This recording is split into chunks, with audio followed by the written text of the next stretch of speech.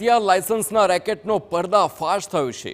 ઉત્તર પ્રદેશના એટા જિલ્લામાંથી લાયસન્સ લેવાનું જે આખું રેકેટ ઝડપાયું છે। ગુજરાત એટીએસે 7 શખ્સોને ઝડપીને તપાસ હાથ ધરી। એટીએસે 7 હથિયાર અને 285 રાઉન્ડ કબજે કર્યા છે। 2 વચેટિયાઓની પણ અટકાયત કરવામાં આવી છે।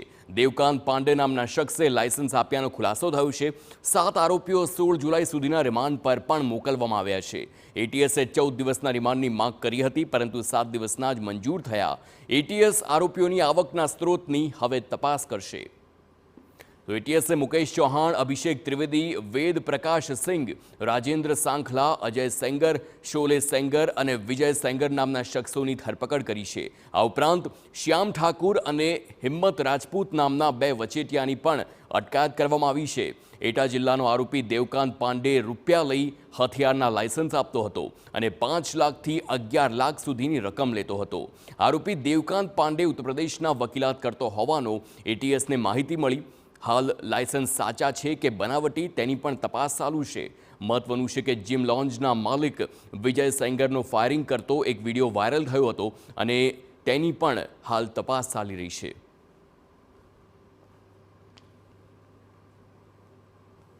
એટા જિલ્લાના એક વ્યક્તિ જેનું નામ છે દેવકાંત પાંડે, એની પાસેથી અમદાવાદમાં રહેતા શ્યામસિંહ ઠાકુર અને રાજેશ ચૌહાણ નામના વ્યક્તિ મારફતે હથિયાર લાયસન્સ મેળવ્યા છે।